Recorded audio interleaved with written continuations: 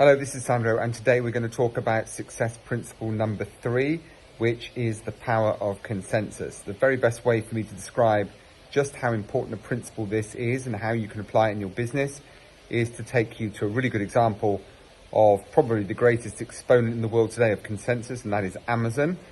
I don't know about you, but one of the things that I fall into the trap of, even though I know what they're doing, is to buy products from Amazon in particular, and I tend to buy not on the research of that particular product, but on what other people have to say about that product. So typically I look for a rating of 4.5 and above, and I kind of know, or at least I have this perception of believing that the product or service that I might be after is of a good enough quality. Why? Not because I know it is, not because it's based on any kind of research or understanding, but because lots of other people tell me it is. So, 10,000 reviews, average score 4.5 tells me it's a good product. That is the power of consensus. So how do we apply that in our business? Well, in my PDF brochure, I've mentioned that before.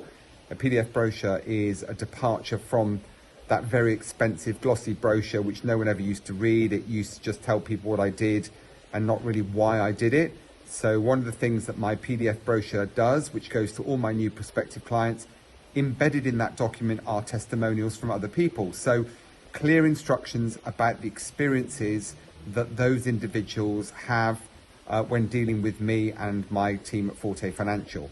And the impact that that then creates, it gives people the comfort of knowing that by and large, based on someone else's experience, it's probably safe for them to assume to create a perception that they will receive a similar product, service, or outcome from me as well. So there are lots of other applications, and we will explore those in future videos.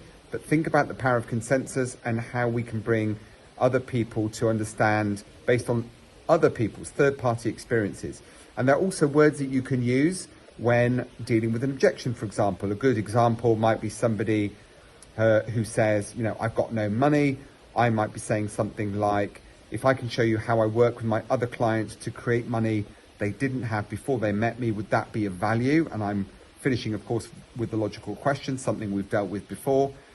But when I ask that, what I'm doing is bringing in the third party. I am asking them for permission to share what it is I do with other people. So it isn't really a question of them understanding whether or not it would be of importance to them. But most people as human beings, human nature being what it is, they want to know what it is I do for others before they then make a decision. So there are lots of ways that we can bring the principle of consensus into marketing and the conversations that we have with our clients.